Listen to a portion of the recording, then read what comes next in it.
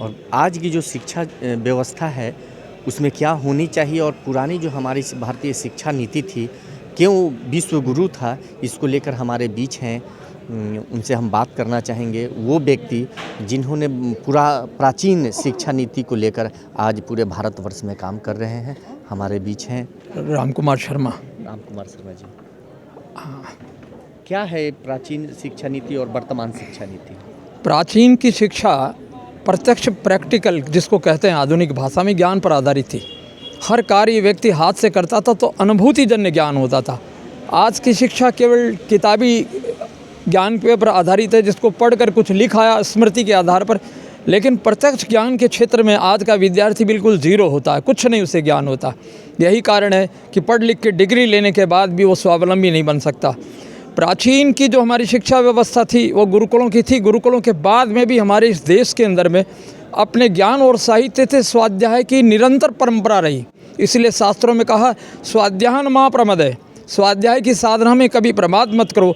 तो जब से शिक्षालय में प्रवेश करता बालक और मृत्यु के दम तक शास्त्रों का अध्ययन करता था, तो वो ज्ञान और विज्ञान के पुंज प्रकाश के बन जाते थे। तो ये देश जगतगुरु बना। और जब ज्ञान प्रकट होता है तो मनुष्य केवल भौतिक जगत में ही नहीं, आध्यात्म में नहीं, भौतिक में भी समृद्धि प्राप्त करता है। वही कारण था कि ये देश सोने की चिड़िया बना। और वर्तमान की जो शिक्षा व्यवस्था लादी गई, हमारी शिक्षा व्यवस्था का समापन हो गया। आज हमारे शिक्षण संस्थानों में करोड़ों बच्चे पढ़ रहे हैं, डिग्रियां ले रहे हैं, लेकिन उन्हें अपने जीवन का ज्ञान नहीं। क्यों? कि आज के पाठ्यक्रम में जीवन जीने की कला का कोई समावेश नहीं है। न स्वास्थ्य विज्ञान का ज्ञान है, न पर्यावरण का ज्ञान है।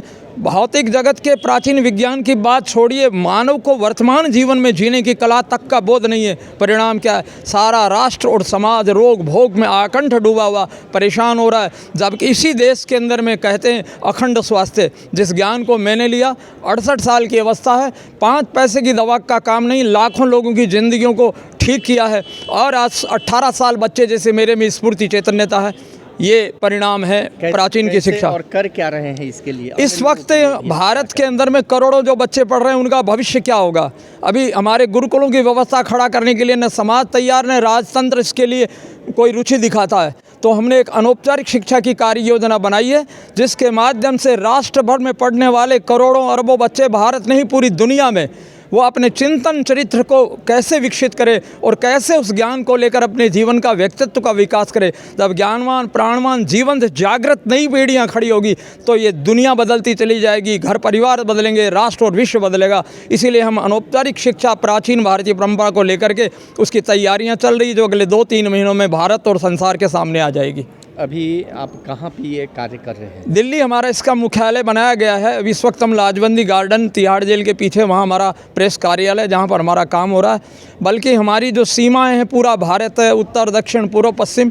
32 सालों से मैं भारतीय शिक्षा का ही शोध कार्य कर रहा हूँ कि प्राचीन भारत में क्या ज्ञान विज्ञान था और वर्तमान में वो कहाँ अपभ्रंश में पड़ा हुआ है, उसको खोज करके पुनः इकट्ठा किया है। और वो ज्ञान पुनः विकिरण करेंगे तो ये राष्ट्र फिर उठ खड़ा होगा, ज्ञान का पुंज बनेगा। आर्थिक समस्याएं मिटेगी, बेरोजगारी की समस्याएं मिटेगी, प्रदूषण की समस्याएं मिटेगी, कृषि की समस्याएं, जितनी भी जीवन की समस्याएं हैं राष्ट्रीय जीवन की सब समाप्त होती चली जाएगी। इसी अभियान में मैं लगा हुआ हूँ।